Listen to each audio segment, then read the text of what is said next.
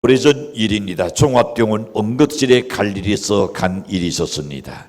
근데 도와하니까 태어난 지 5개월밖에 안 된 어린 것이 수술 준비를 하고 있는 모습을 도왔습니다. 아기도 울고 엄마도 그 아이를 붙잡고 울고 있었습니다. 주사단을 꽂을 곳도 없는 어린 것에서 정말로 가엾어 보일 정도로 안타까웠습니다. 그런가는 교복을 입고 등교하는 중고등학교 학생들을 보낸 한없이 때로는 부럽습니다. 나도 저렇게 펄펄할 때가 있었는데 하는 생각이 듭니다. 그러나 그들에게도 아마 고난이 있을 것 같습니다. 9월 벌써 입시가 지금 곧 다가왔습니다. 수시가 다가왔습니다. 여러분, 입시가 되는 그들 중에서는 들으는 고층 아파트에서 뛰어내려서 자살하는 것을 뉴스를 통해서 아마 접한 일이 있을 겁니다. 때로는 가출한 아내를 돌려보내주지 않는다면서 저갓집에 가가지고 그걸 따지다가 끝내는 그가 식칼을 휘둘려서 피질이 나는 살인사건으로 던지는 것도 아마 뉴스를 통하여 본 것이 기억이 나실 겁니다. 브라우닝은 이렇게 말합니다. 인간은 천사도 아니고 인간은 짐승도 아니다라고 말했습니다. 휘필드는 이런 말을 하고 있습니다. 절반은 짐승이요 절반은 나귀처럼 생긴 것이 인간이다 그랬습니다. 사전에 보낸 인생이란 뭡니까? 목숨을 가지고 살아있는 사람이라고 아주 간단하게 정의를 하고 있습니다. 그러나 그렇게 여러분 간단하게 생각하는 걸 할 것이 인간이 아닙니다. 인생은 그렇게 간단한 문제가 아니란 말입니다. 도대체 인생이란 어떤 존재입니까? 우리가 모두 인간이기 때문에 이 문제를 아는 것이 대단히 중요합니다. 우리는 오늘 이 주제를 가지고 생각을 나누기를 원합니다. 첫 번째 생각해 봅니다. 인간은 괴로운 존재라고 말합니다. 1절에 가서 도시는 이렇게 말씀하고 있습니다. 여인에게서 태어난 사람은 생애가 짧고 무엇이 많다? 걱정이 가득하며 그랬습니다. 여기에 여러분 인생은 걱정이 가득하다는데 개역 성경은 괴로움이 가득하며라는 말로 표현했습니다. 인생의 전후 좌우를 다 살펴보십시오. 연례 얼마를 살아왔던 간에 살아온 전과 지금 앞으로 살 거를 한번 생각해 보십시오. 온통 고통으로 가득 차 있는 것이 인생입니다. 욥은 우리 인생을 괴로움이 가득한 존재라고 규정하고 있고 욥기 5장 7절에서는 이렇게 또한 표현합니다. 사람은 고생을 위해서 난나니 불꽃이 위로 나른가는 것 같다 그랬습니다. 인생은 고생을 위해서 태어났다 그랬습니다. 아이가 태어나는 그 순간에 그의 울부짖어는 여러분 바로 고난을 앞두고 있는 그의 울부짖음입니다. 우리 인생은 100년을 놓다 살고 가면서도 만년을 살 것처럼 우리가 근심을 품고 살아가는 사람들이 얼마나 많습니까? 아마 이 세상에 울지 않은 사람은 하나도 없으라고 생각해 봅니다.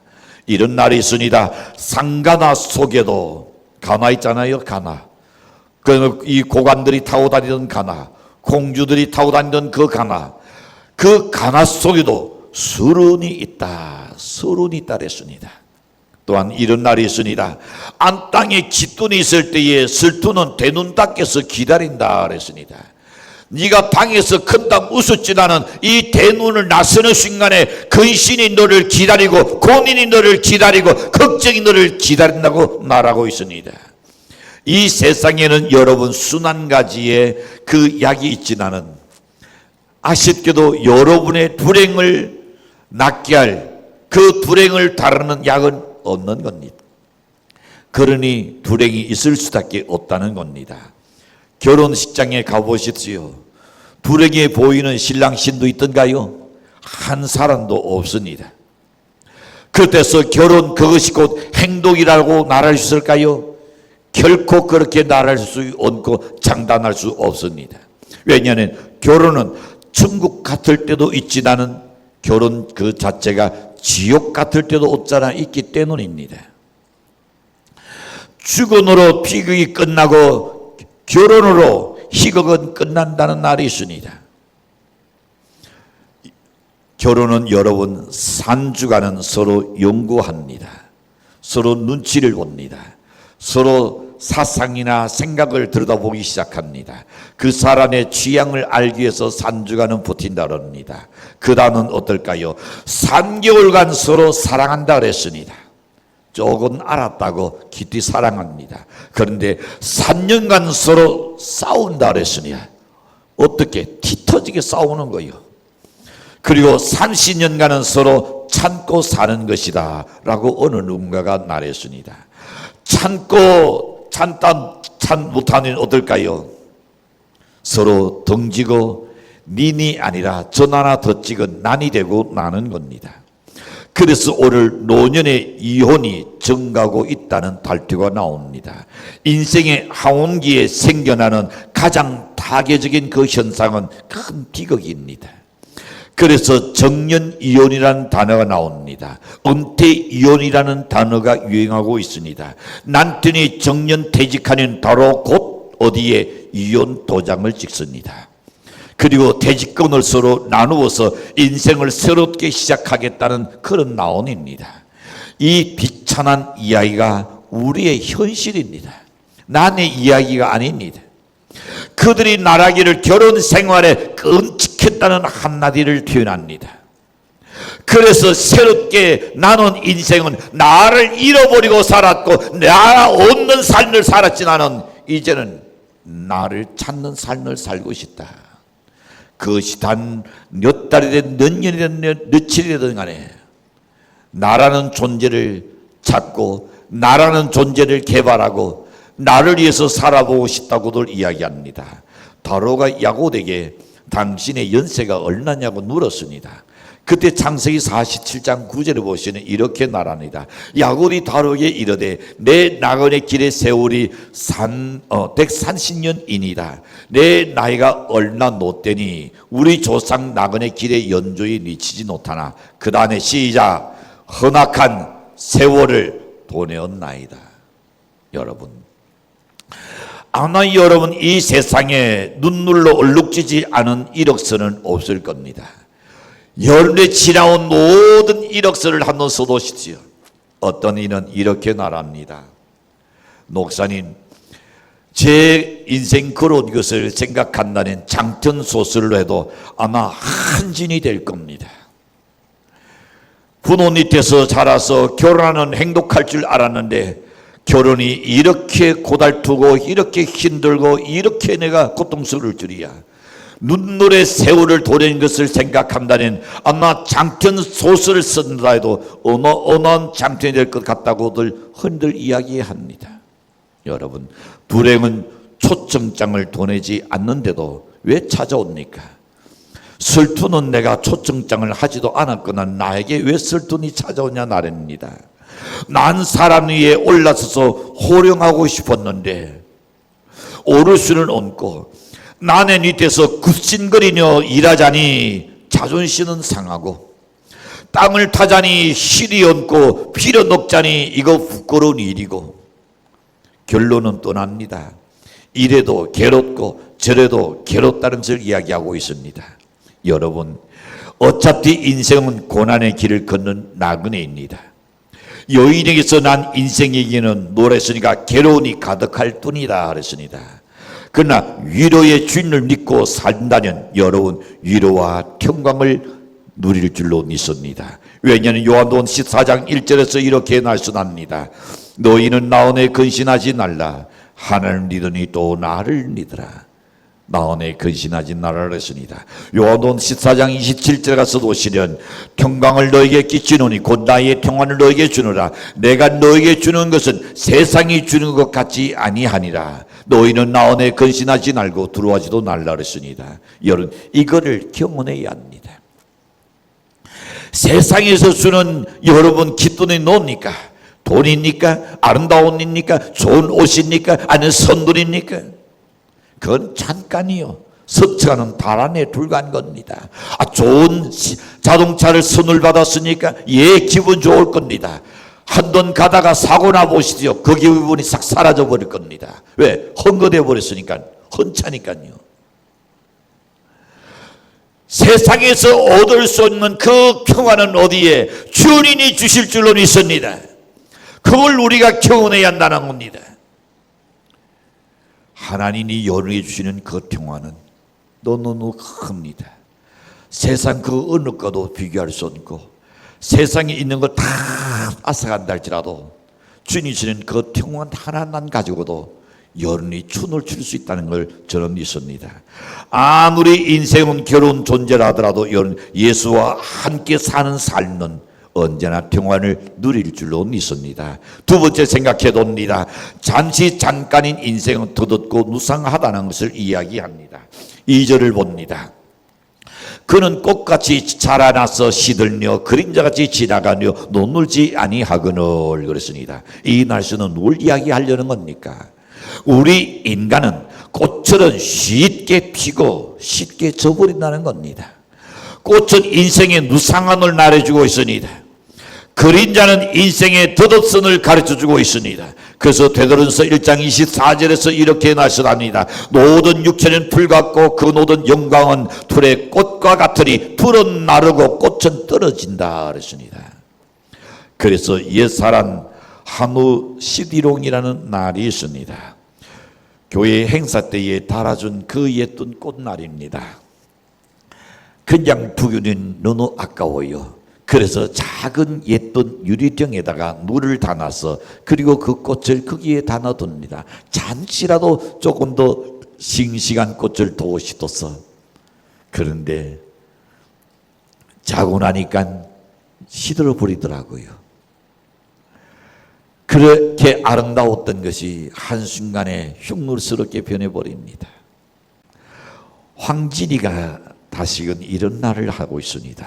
산은 옛 산이로되 물은 옛 물이 아니로다. 주야로 흐르나니 옛 물이 있을 소냐. 인글도 물과 같이 가고 아니 오는도다 그랬습니다. 우리 인생은 지나가는 그야말로 길손에 불과하다는 것을 이야기합니다. 정한이 없는 그림자에 불과합니다. 덧없고 혼화한 안개처럼 어디론가 사라지고 날 것이 인간입니다. 잠깐의 두기영화도 꼬니처럼 떨어지고 날 겁니다. 풀릴 때 맺힌 이슬처럼 초로 인생이 되고 날 것입니다. 명예도 거짓입니다. 두기도 꾼에 불과할 겁니다. 요런 북랑산 언덕에서 요런 소리 그치는 오돈이 찾아올 뿐입니다. 그러나 예수 그리스도는 영원한 진리요 생명이십니다. 그분에게는 어둠이 없습니다. 왜냐하면 그분은 나는 빛이라고 말씀하셨기 때문입니다. 그분에게는 절망이 없습니다. 왜냐하면 그는 인류의 소망이기 때문입니다. 그분에게는 흔들림이 없습니다. 왜냐하면 주님께서는 나는 단석이라고 말씀하셨기 때문입니다. 그분에게는 실패가 없습니다. 왜냐하면 그는 다 이루었다고 장담하신 분이었습니다. 그분에게는 무상함이 없습니다. 왜냐하면 영원히 동일하신 분이기 때문입니다. 그래서 히브리서 13장 8절에서 말씀합니다. 예수 그리스도는 어제나 오늘나 영원토록 동일하시도다. 이 굳건한 반석이신 예수 그리스도 위에 우리의 인생을 집을 건축해야 합니다. 예수 그리스도 위에 우리의 꿈과 우리의 소망과 우리의 비전과 우리의 생애를 건다면 그 어떤 일이 있어도 흔들림이 없으리라고 확신합니다. 환난의 바람이 불고 실패의 비가 내리고 좌절의 창수가 내릴지라도 흔들리지 않고 무너질 일이 없을 줄로 믿습니다. 예수 그리스도는 우리를 보람되게 하여 줄 줄로 믿습니다. 예수 그리스도는 우리의 영원히 붙들으시라고 확신합니다. 세 번째 가서 생각해 보고 있습니다. 인생은 모두가 다 불의하다고 말합니다. 4절에서 이렇게 말씀합니다. 누가 깨끗한 것을 더러운 것 가운데서 낼 수 있으리까? 하나도 없나이다. 여러분, 이 말씀은 뭘 이야기합니까? 인간은 원죄를 가지고 태어났다. 인간은 근본적인 죄인이라는 것을 이야기합니다. 모든 인간은 부정하고 더러운 죄인이기 때문에 거기에서 태어난 자 또한 깨끗할 자가 아무도 없다는 것을 이야기합니다. 요든 모든 인간이 다 불결하다고 말했습니다. 그는 자기를 포함하여 모든 사람이 다 죄인인 것을 고백합니다. 로마서 3장 10절에서 말씀합니다. 의인은 없나니 하나도 없다 했고, 전도서 7장 20절에서 말씀합니다. 의인은 세상에 아주 없느니라 그랬습니다. 시편tek 43편 2절에서 말씀합니다. 주의 녹절에는 의로운 인생이 하나도 없나이다. 누가 깨끗하다고 장담합니까? 누가 자기는 정결하다고 말할 수 있습니까? 나는 누가 죄가 없다고 말할 자가 누가 있냐 말입니다. 이 땅에는 아무도 없습니다. 그러므로 우리는 정직하게 하나님 앞에 자신이 죄인인 것을 고백할 줄 알아야 합니다. 베드로처럼 말입니다. 주여, 나는 죄인으로소이다. 주님 앞에 그는 엎드렸습니다. 이사야처럼 말입니다. 화로가 나여 망하게 되었도다. 그는 솔직하게 하나님 앞에 자기 자신을 고백합니다. 방자처럼 말입니다. 나를 아버지여 품꾼에 나는 품꾼만도 못하나이다. 품꾼의 하루는 써달라. 내 어찌 아버지의 아들이라고 감히 말할 수 있겠습니까? 여러분, 오늘 이 세상에 이처럼 불행한 것은 뭘까요? 다 죄 때문입니다. 오늘 이 세상에 눈물과 탄식이 그치지 않는 것은 죄 때문입니다. 오늘 우리의 인생을 부끄럽게 하는 것은 뭡니까? 죄 때문입니다. 그래서 로마서 3장 23절에서 이렇게 말씀합니다. 모든 사람이 뭘 보냈다고요? 뭘 보냈다? 좀 부끄러워요? 아니면 부정하고 싶어요? 그건 어쩔 수 없어요. 모든 사람이 죄를 보냈으니 하나님의 영광에 이르지 못한다. 여러분, 이 죄 때문에 에덴 동산에서 아담과 이브는 추방되었습니다.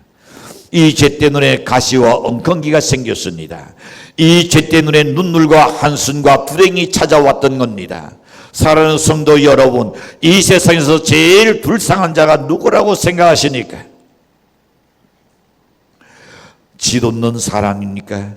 예, 조금 더 있으면 이제는 찬바람이 불 겁니다. 달아나기 할 수 없는 짓 없는 사람 불쌍하겠지요. 그러나 그렇지도 않습니다. 어떤 이는 말하기를 때가 되어서 먹을 것이 없는 가난한 사람이라고 생각할 수도 있을 겁니다. 더러는 두노 없는 고아나 아니면 남편은 과부라고 생각할 수도 있을 겁니다. 더러는 중병에 시달리며 고통당하는 자라고 말할 수도 있을 것입니다. 어떤 이는 사고 무칠한 사람이라고 말할 수도 있을 겁니다. 그러나 그 모든 것보다 진짜 불행한 사람은, 불쌍한 사람은 지 없는 사람도 아닙니다. 가난한 사람도 아닙니다. 고아도 아닙니다. 외로운 자도 아닙니다. 병든 자도 아닙니다. 실패한 사람도 아닙니다. 이 세상에서 제일 불쌍한 사람은 다른 아닌 죄인입니다. 죄인이 제일 불쌍하다고 말하는 이유는 과연 뭘까요? 하나님의 면전에 설 수 없기 때문입니다. 죄인에게는 수치와 부끄러움이 따르기 때문입니다. 죄인에게는 하나님의 무서운 저주와 심판만이 기다리고 있기 때문입니다. 죄인은 영원히 천국에 들어갈 수 없기 때문입니다. 그러니 얼마나 불쌍합니까? 그런 불쌍한 죄인을 향하여 예수는 이렇게 말씀합니다. 마태복음 11장 28절에서 수고하고 누군 진진 자들아 다 내게로 오라. 내가 너희를 쉬게 하리라. 우리의 모든 죄의 문제, 우리의 모든 근심 걱정의 문제를 주님이 맡아주겠다 그랬으니 할렐루야.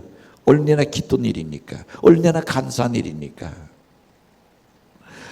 뿐 아니라 시편 23편 1절에서 보시는 여호와는 나의 녹자신이 내게 부족하니 없으리로다 그랬습니다. 그렇습니다. 하나님을 연의 녹자로 사놓으신다면 연에게 부족하니 없는, 언제나 때에 따라 하나님 여러분을 기르시고 녹이시고 이티시고 연의 앞길을 인도해 주시라고 확신합니다. 마지막 네 번째 생각해 보겠습니다. 인생이란 그날에 정해져 있다는 겁니다. 그날이 정해져 있습니다. 이게 무서운 겁니다. 1절에서 나라니라. 여인에게서 난 사라는 사는 날이 짧다 그랬습니다. 5절에서 날쓰답니다. 그날을 정하셨고, 여러분 죽음의 날을 주님이 정해놓았습니다. 실패의 날을 주님이 정해놓았습니다. 그의 달수도 죽게 있으므로 버틴다고 해결될 문제가 아니다 그랬습니다. 그의 규례를 정하여 넘어가지 못하게 하셨사온저, 하나님이 정해놓은 것을 인간이 수단과 방도로 해결할 수 없다 그랬습니다. 믿습니까? 그게 믿어져야 합니다. 그래서 히브리서 9장 27절에서 말씀합니다. 한 번 죽는 것은 사람에게 정하신 것이요, 그 후에는 무엇이 있다고요? 신탄이 있다. 예, 사람들은 잘 살 수 있습니다. 행복하게 살 수도 있습니다. 이 육체가 날입니다. 엔조이하며 살 수도 있어요. 사람들은 신나게 살 수 있습니다. 조금 더 건강관리 잘하면서 오래오래 살 수도 있습니다. 사람은 사업에 성공할 수도 있습니다. 남들이 부러워할 만큼 억당장자가 될 수도 있고, 남들이 부러워할 만큼 돈을 가질 수도 있을 겁니다. 사람들은 명예를 얻을 수도 있습니다. 존경을 받을 수 있습니다. 사람들은 그야말로 이런 5대양 6대주를 전령할 수 있고 호령할 수도 있습니다. 그러나 알아야 합니다. 한 번 죽는 것은 사람에게 정하신 사실이다. 이 세상 그 누구도 천년만년 살 수 있는 특권을 주어진 사람은 아무도 없습니다. 우리한테 가로놓인 주권에서 면제될 자는 이 세상에 아무도 없다는 겁니다. 누가 주권의 면제를 받을 수 있습니까? 세상에서 유능한 의사들도 면제 특권은 없습니다. 노인만 죽는 것이 아닙니다. 젊은이도 죽습니다. 여러분, 익은 과일은 땅에 떨어지는 게 아니에요. 아직도 떨어질 때가 못된 풋과일도 떨어진다는 걸 알아야 합니다. 병자는 그렇게 여름 죽는 것이 아닙니다. 건강한 사람도 죽어요. 헌 기계만 고장나는 것이 아니라 새 기계도 고장나는 수가 얼마든지 있습니다. 태어나는 순서는 있어도 죽는 순서는 온다는 날이 있지 않습니까? 죽어내는 빈두기천 남녀 노소가 구별이 없는 겁니다. 이 죽어는 모든 사람이 가야 할 길이 건너는 사람들은 이 죽음에 대하여 무관심합니다. 여러분 생각하고 살아갑니까? 젊은 난 있으니까? 건강난 있으니까? 돈만 있으니까? 언제 어느 때에 내가 죽음이 온다는 것을 과연 어느 정도 생각하고 살아갑니까? 죽음이 바로 내 눈앞에 있건 나는 죽음과 나와는 아무런 상관이 없는 듯이 생각합니다. 그러나 기억하십시오. 한 번 죽는 것은 사람에게 하나님이 정해 놓았다 그랬습니다. 하나님이 부르시는 아니 갈 자 없습니다. 정든 집을 떠나야 합니다. 그야말로 일가 친척을 떠나야 합니다. 철부지 어린 것도 두고 젊은 여인이 떠나야 하는 겁니다. 붙잡아도 소용이 없습니다. 발부둥치도 소용이 없습니다. 불러도 소용이 없는 겁니다. 인생에는 다시 돌아올 수 없는 길입니다. 여러분, 연이 태어날 때에 왕독차 효권을 타고 태어난 사람 누가 있습니까? 왕독표를 가지고 나온 사람 아무도 없어요. 오직 연 한 번 가는 것 다 끝나는 겁니다. 한 번 가는 두 번 다시 돌아올 수 없는 것이 바로 인생입니다. 그래서 도스토옙스키는 이렇게 이야기합니다. 세상에 올 때 입장권은 받았다면 나는 그것을 단안해야 한다. 태어날 때 입장권을 받았으니 입장권을 단안해야 돼요. 극장 갈 때 표를 샀습니다. 들어갈 때 단안합니다. 열차표를 샀습니다. 들어갈 때에 단안합니다. 이것이 정해진 주권입니다. 그러나 좀 더 중요한 것은 인생은 죽음으로 끝나지 않는다는 사실이 중요합니다. 한 번 죽는 것은 사람에게 정하신 것입니다. 그 후에는 신탄이 있다고 주는 분명히 말씀합니다. 사람은 죽음으로 끝나는 존재가 아닙니다. 그 후에 반드시 신탄이 있느니라 그랬습니다. 한평생 잘 살았는지 못 살았는지 하나님이 신탄한다 그랬습니다. 해가 지는 밤이 옵니다. 여러분, 천지를 창조하신 하나님은 이 세상을 반드시 신탄날이 오는 겁니다. 이 신탄날에 알곡은 놓아서 곡간에 들이고 죽적이는 불태운다 했습니다. 하나님 섬긴 신자들은 천국에 보내고 불신자는 지옥에 보내는 날입니다. 그래서 계시록 20장 15절에 보시면 누구든지 생명책에 기록되지 못한 자는 불못에 던지우리라 그랬습니다. 사람이 죽은 후 누구든지 천국 아니면 지옥으로 가게 되어 있습니다. 이거는 내가 부인한다고 되어질 일이 아닙니다. 자, 무디는 이렇게 말합니다. 지구와 점점 멀어지는 것이 보이는구나. 언제? 누디가 인종할 때에. 그때 지구가 점점 내게서 멀어지는 것이 보인다. 얼마나 노시는 죽음을 맞이했습니까? 우리 한국의 기닉두 목사는 바로 운명하기 전에 그는 이렇게 말합니다. 천국에서 날 오라고 지금 전도를 받았다. 전도를 받았다. 스코틀랜드의 대주교 로버트 라이트는 이렇게 말했습니다. 이 세상 사람들은 내가 살아 일어난 소망이 있다고 말하지 않은 하나님의 자녀들은 죽어도 소망이 있다고 말한다. 요한복음 11장 25절 보내 나는 부활이요 생명이니 나를 믿는 자는 죽어도 살겠고 그랬습니다. 여러분, 인생은 괴로운 존재입니다. 인생은 잠깐 살 뿐입니다. 인생은 다 불의한 죄인입니다. 인생은 그날이 정해져 있습니다. 그리고 신탄을 닫아야 합니다. 예수를 믿으면 천국이요, 안 믿으면 지옥입니다. 주한테 헌신하면 상급이요, 그렇지 못하면 오르는 부끄러운 가운데 영원히 구원을 받되 영원한 부끄러운 가운데 거한다 했습니다. 우리 성도들은 열린 노인 12주 동안에 여러분 돌아서 후회하고 통곡할 사람이 있다면 전도하십시오. 생명 걸고 전도하십시오. 아무것도 알지 못하는 자들에게 진리를 여러분 가르치십시오. 마음을 다하여 그들에게 애원하십시오. 생명 걸고 여러분 전도하시길 바랍니다. 간곡히 여러분 간청하십시오. 그리하여 예수 있는 그들, 생명을 선물로 선사하시는 그들을 만드시는 연대시즌으로 간절히 축원합니다. 기도합니다. 사랑의 하나님,